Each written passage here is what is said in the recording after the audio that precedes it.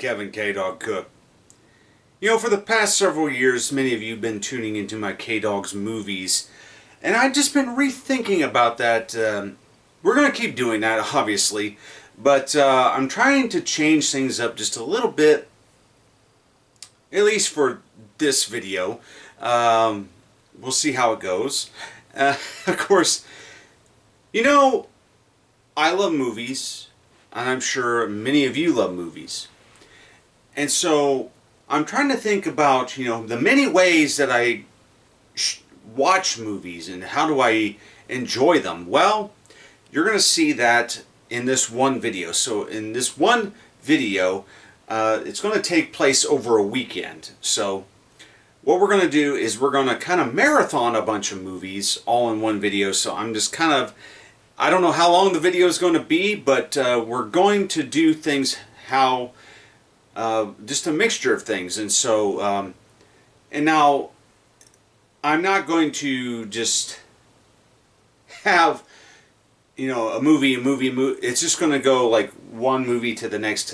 So I'm not, I have other things that I have to do during the weekend and during the day on, so don't panic about this video is going to be 8 hours long or whatever. No, so that's not the intention, because I can't show you the movies. I don't have the rights. So we're going to think about how many ways, I mean not think about, we're going to show how many ways that I enjoy watching movies. And so one of a few ways, so that may take place right here in the comfort of my home recliner in the midst of my living room, and as well as going to the theater. I enjoy both things. I think with the theater though, I'm a little bit more picky and choosy because, you know, obviously it is very expensive to go to a movie theater, and it is, you know, just, you know, you have other people, and other people have different viewing habits. And so we're just, and also going to take a look at some of the films that I view and throughout, you know, the course of this video. So this may just be a one video and done and going back to regular reviews. But then there's also, you know, or we just may do this again. So, or just, you know, just kind of change things up. So without further ado, we're going to get into our first way of viewing my movies. So sit back, relax, you know, may grab a snack or two, because it may be a movie in itself. So here we go. Okay, so like I said, you know, this is many of the ways that, you know, I go to, you know, how I watch my movies. So first of all, we are going to go to the theater. We are at the AMC Muncie 12. I don't know if you saw that or not. I've got this on selfie mode, but so we are going to see Horizon, the American Saga Part 1. This is the recent Kevin Costner Western that he has directed. It is a supposedly a 3-hour epic. So I'm going to go in here. I got about a few minutes left. Go in here, get my refreshments, and yeah, and so forth. Take my seat. By judging of the tickets sold at this theater, it's pretty, I don't want to say it's full, but it's going to be not necessarily empty. So let's go in here and we'll check it out. Okay, just got out of seeing the movie, and it's right at 3 hours in length. It's quite lengthy, but also this movie, there's several different stories going on, and it takes place, you know, mid 1800s of people. There's several different stories going on with it, and you know, there's a story about this woman and a baby, and then there's these group of settlers they're wanting to form this town called Horizon, and there's just a lot going on. And this is only part 1. There's actually going to be a part 2 to this. And the last 5 minutes of the movie is them actually giving you a trailer for part 2, which is coming in August. So it hopefully will tie things up. And there's also a story about the Native Americans, and I don't want to say that they're portrayed as villains in this. They are portrayed not necessarily in a positive light, but they're also portrayed, it's kind of neutral, because you have like a young rogue native who wants to kill all the white people, and then you have, it's just, this movie is really, really complicated to really describe in just a few minutes of what it's about.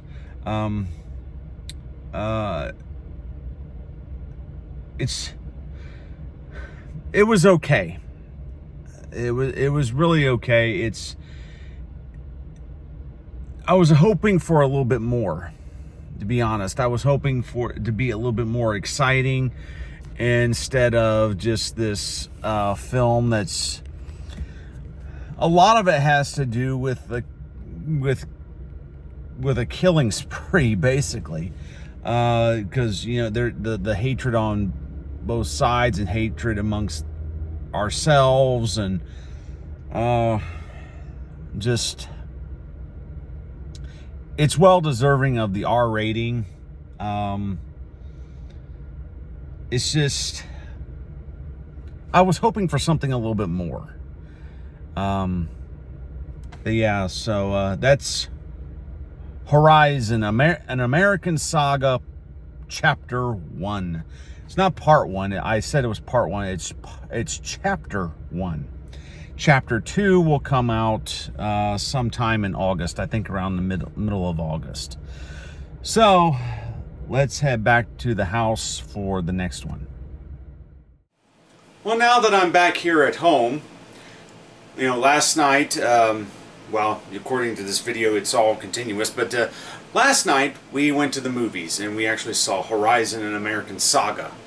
And I briefly gave you my opinion of it, and a very well made film. Just, I was expecting something a little bit different out of it, and so, but I am looking forward to part 2, chapter 2. So there's more to the story that's going to go on. So if you think, if you feel that it kind of left you empty, look forward to part 2, which is coming up in August, actually. So just a little over a month from now. So yeah, so now we're going to take a look at, here's a movie we're going to watch at home. So I'm going to watch it in the comfort of my trusty recliner here, and give you an opinion of what I have to say about this film, because I have not seen this film. I have purchased it months ago. Part of the, I have quite a selection of the films released on the Criterion Collection. So tonight we're going to take a look at His Girl Friday, which is directed by Howard Hawks, starring Cary Grant and Rosalind Russell. This is from 1940. It is actually a remake of another film. The film, which is also included in this collection, but we're just going to take a look at His Girl Friday, and the film that is remade of The Front Page. So, in which Howard Hawks got a hold of it. I do know this, that when Howard Hawks got a hold of this film, there's a story to this film that he decided to change it up a little bit and make it a romantic comedy, because originally The Front Page is two men. So in this film it is a man and a woman, and so they create this romantic comedy situation. So the film runs 92 minutes. It is from Columbia Pictures originally.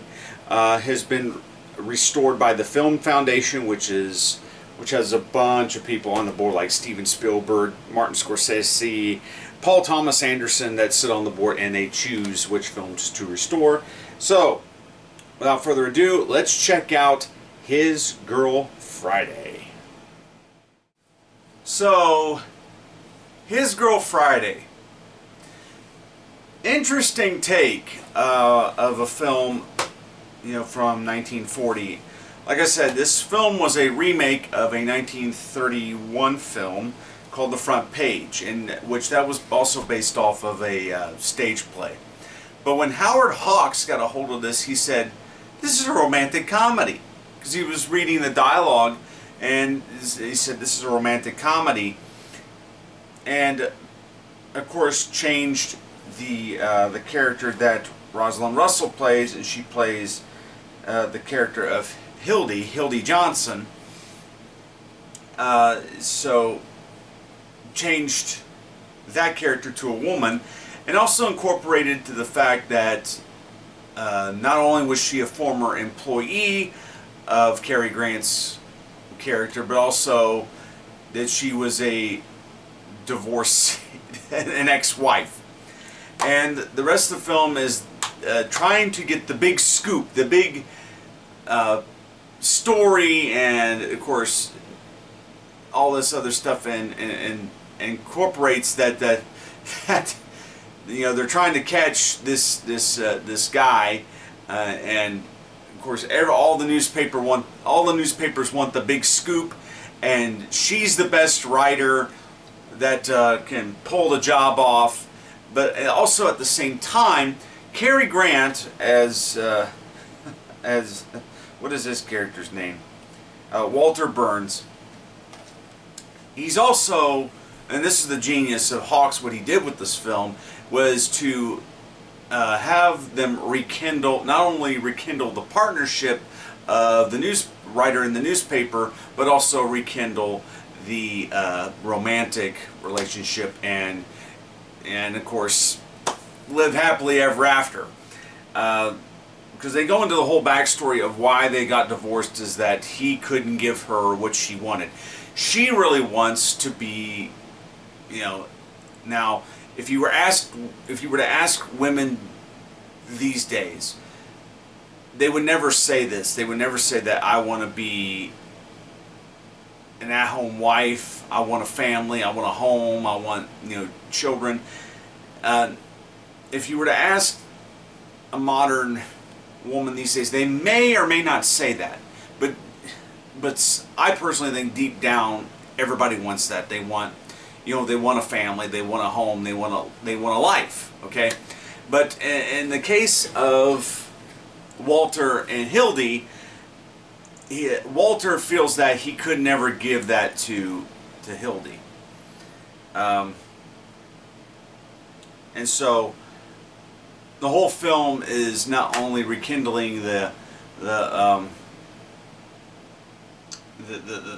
business, the partnership of the business, but also the romantic, and of course she's also, the big shock is revealed at the beginning is that, well, what not the shock, but the things that set the wheels in motion here is that she announces to her ex-husband that she's getting married. She's engaged to another man. But again, the rest of the film is trying to rekindle the relationship, and we've seen this several times since in other movies. You can even say, even in more modern films, like I'm gonna point this one out because it sticks out. The movie Twister with Helen Hunt and Bill Paxton. That they were also business partners, but also they were married, and they're in the middle of the divorce and about ready to sign the papers when Helen Hunt is spending the entire time trying to get Bill Paxton not only to rejoin the crew, but to rekindle the marriage. And so yeah, we've seen it several times since then, but I think His Girl Friday was one of the earlier examples of that and how you do it well. And also in this case, it's a comedy, and the idea of a comedy back in those days was the dialogue and how punchy and fast the dialogue was in this film. It's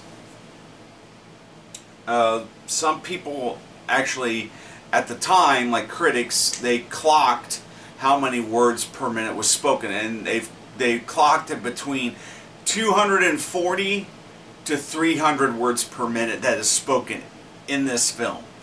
So it's very fast, but also there's also moments where they pull it back and then go hitting the accelerator, pulling it back, hitting the accelerator with the speed of the dialogue. But also there's some other people in here that you wouldn't know by their faces, but Cliff Edwards is in this film. For those of you who don't know who Cliff Edwards was, it's not necessarily his face, but his voice. You would know Cliff Edwards from Pinocchio. He was the voice of Jiminy Cricket. He's in this film as one of the other reporters. So, yeah, just very fast-paced, very slapsticky type of comedy, because there is a bit of a plot in here to go after a villain, and what they do to capture him is just it's quite interesting. There's even some moments in here that could be very, very serious. Like there is a moment where you have a character, I'm not going to say who, jumps out a window, in which a character that could have been killed. And you know, I just spoiled that part for you, but there's a character that jumps out a window, and how do you play that off for comedy? It's not that's not a funny thing when someone jumps out a window. I mean, how do you do that? But in this film, they pulled it off. So yeah, so His Girl Friday. So stay tuned. I'll have another film just within a few moments. So. Well, welcome back, and now we're going to take a look at one more film. Of course, yeah, we're going to take a look at one more film. And now, this film, just a few short weeks ago, that we're going to be showing, that we're going to take a look at, is a film that was very kind of calming to me during an emergency. And it was... just a brief story is that I was in the hospital for appendix surgery, and if you hear, that's my washing machine going right now, so I'm doing my laundry simultaneously, so that's why we're at home for this one. And so this film was a little soothing to me because I was in the hospital for an appendectomy, so I had to have my appendix taken out. And fortunately, the hospital had Turner Classic Movies, and so all day, while waiting for my surgery, which I should have had a little bit sooner, but that's another story for a different time. So I just turned on Turner Classic Movies, and this was one of the movies that they happened to show. We're just going to take another look at it. This is from 1949, starring the beautiful Esther Williams. Yeah. Again, from 1949, released by MGM. It is Neptune's Daughter, which is also kind of a romantic comedy, starring, of course, Esther Williams, Ricardo Montalban, Red Skelton, and let's see, who was the other girl? Hold on, just give me a second. Oh, gosh. It was Betty Garrett. Betty Garrett, of course, to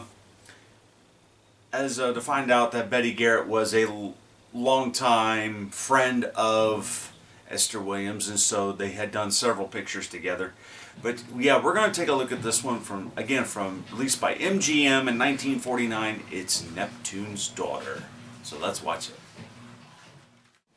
Well, that was Neptune's Daughter from 1949, starring Esther Williams, Red Skelton, Ricardo Montalban, and Keenan Wynn. Forgot to mention his name because Keenan Wynn ends up being a crucial part in this film because he's a bit of a, he's the narrator as well as Esther Williams' business partner. This film, quite an entertaining movie for, especially for the time. I knew it was a comedy, but I kind of forgot that it was a musical, and so there was a few musical numbers in there. The one I did mention was Baby It's Cold Outside. Baby It's Cold Outside, the song that got banned a few years ago because it was suggested of some content, and so it became a part of cancel culture. But it was getting sung at Christmas time. It debuted professionally in this film, a non-Christmas movie, which is just a romantic comedy with Esther Williams. And the story centers around Esther Williams, who, what was her name? I gotta look up her name, so I gotta pull up the iPad to remind us of who she is. I do remember most of the characters, but Esther Williams, Eve Barrett. Okay, she is this aquatic dancer and swimmer, obviously, Esther Williams. So she is hired by Joe Backett, played by Keenan Wynn, to become a swimsuit designer, and also to kind of model the swimsuits as well. And because he offers her an opportunity to say, look, he offers her an opportunity to say, like, hey, what do you want, and provide in the swimsuit fashion and things like that. And so, and eventually over time he develops feelings for her. But there's also this South American polo player by the name of Jose O'Rourke, played by Ricardo Montalban. He is this world-renowned South American polo player, and he's the best at what he does. And there's this plot where, while practicing, he happens to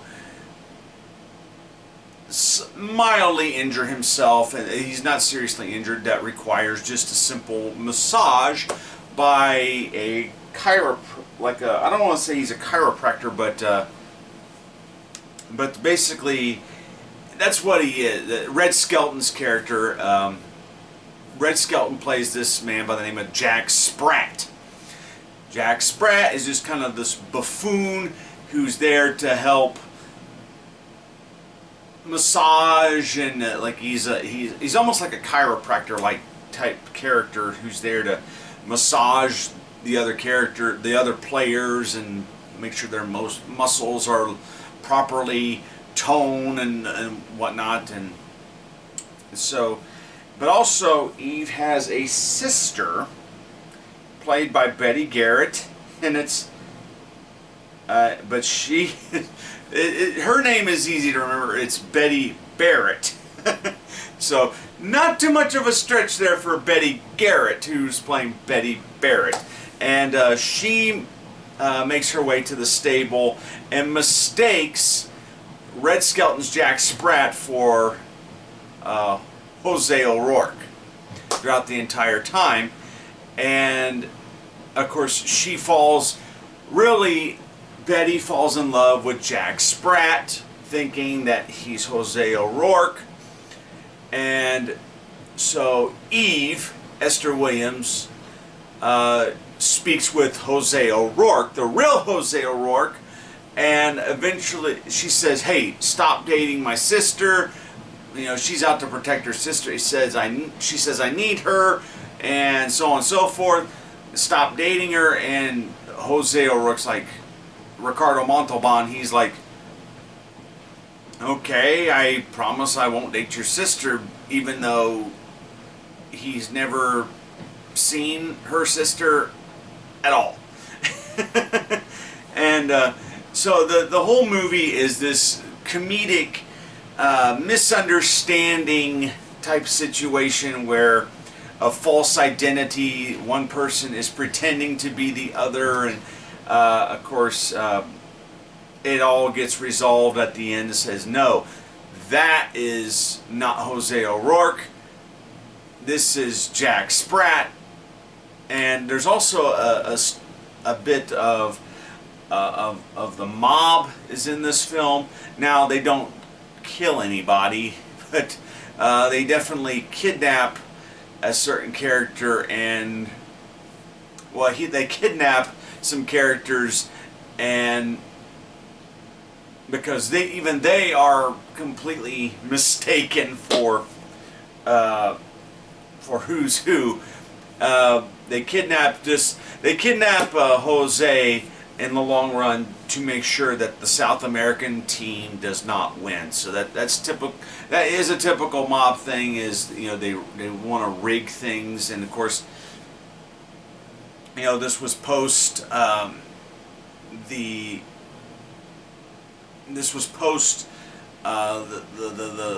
gambling and the rigging of games in the 1920s, especially baseball.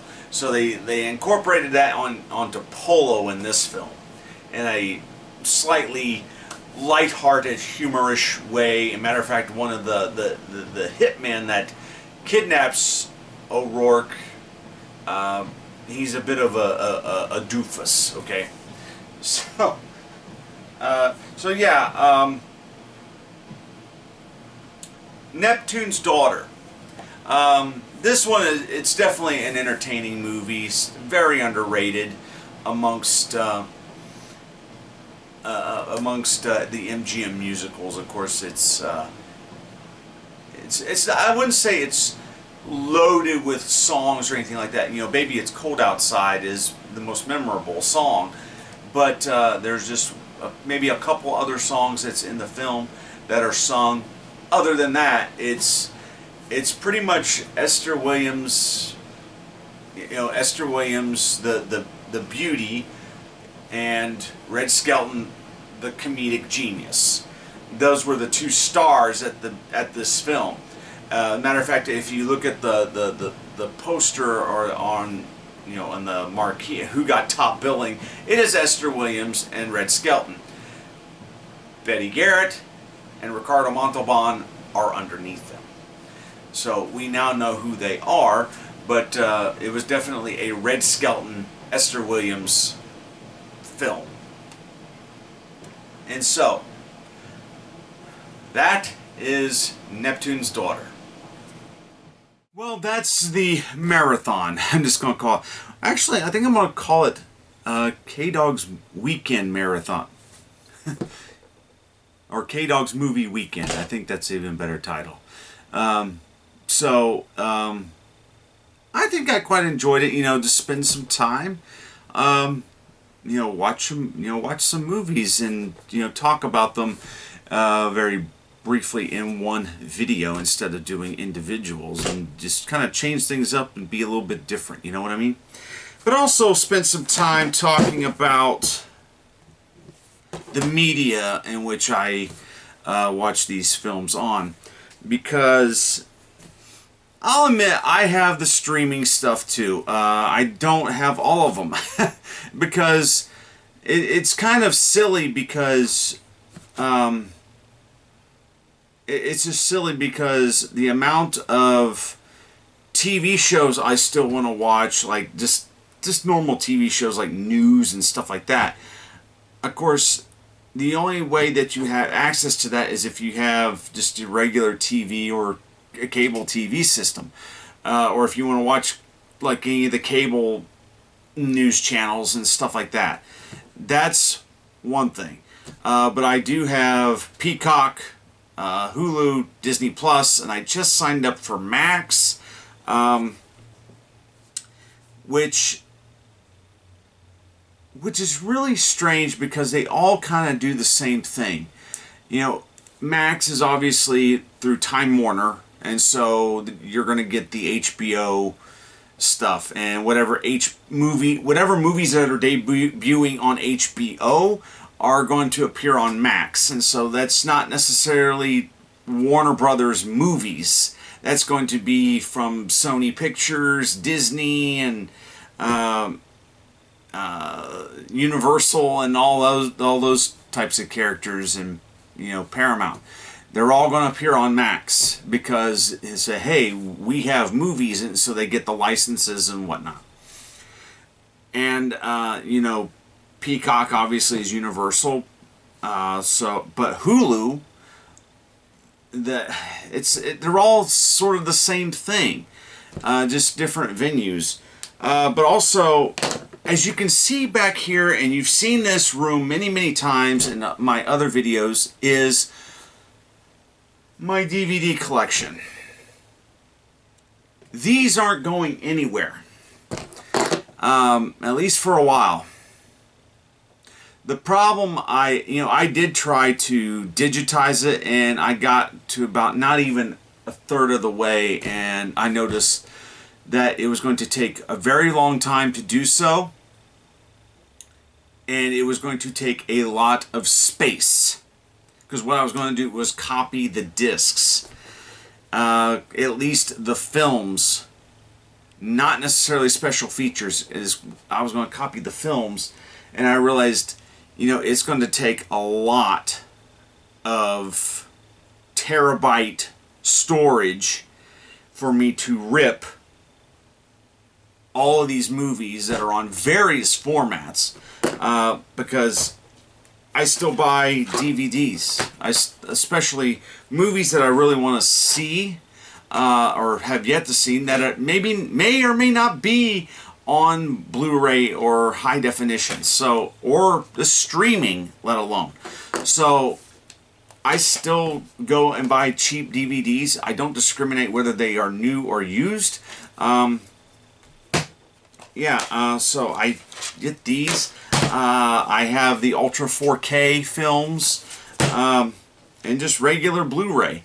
So I have literally all the world's connected. But it's that's my movie watching mostly. I mean, I still prefer things on discs, and there's a lot of stuff that's not going to, especially in the days of now, the streaming format, that will not come to disc. Netflix has been kind of the forefront of whatever exclusive content, whatever exclusive movies that they do. Not too many of them have appeared on disc. Matter of fact, I was kind of bummed out when they stopped doing Stranger Things. They did Stranger Things 1 and 2 on Blu-ray, and they stopped.